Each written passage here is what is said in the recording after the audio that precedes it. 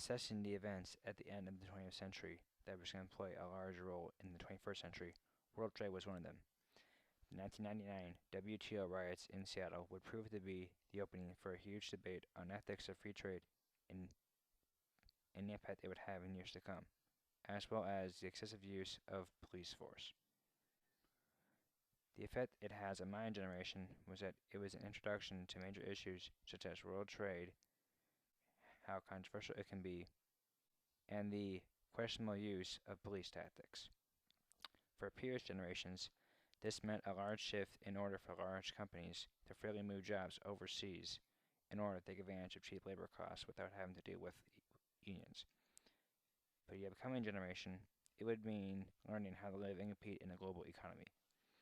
The globalization of the world was seen by American workers as a loss of jobs, not only for them, but also for future workers as well as massive unemployment.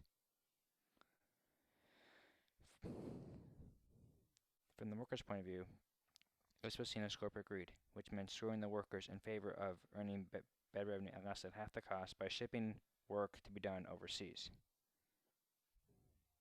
Another thing that angered many people around this was the possible environmental consequences of globalization. This basically means that as more jobs are moving overseas, more mass production is going up, factories are being built, and companies and mass pollution. So people were clearly upset by this and did not want it to continue. In Seattle, the city prepared the best they could for something like this, even though there had been major WTO protests before. This was something completely different that the city was not used to. Mayor Paul Schell decided to use city buses as barriers to keep protests outside the conference. Unfortunately, when large groups decided to show up, they came through and broke all the doors down. This was not going to be easy.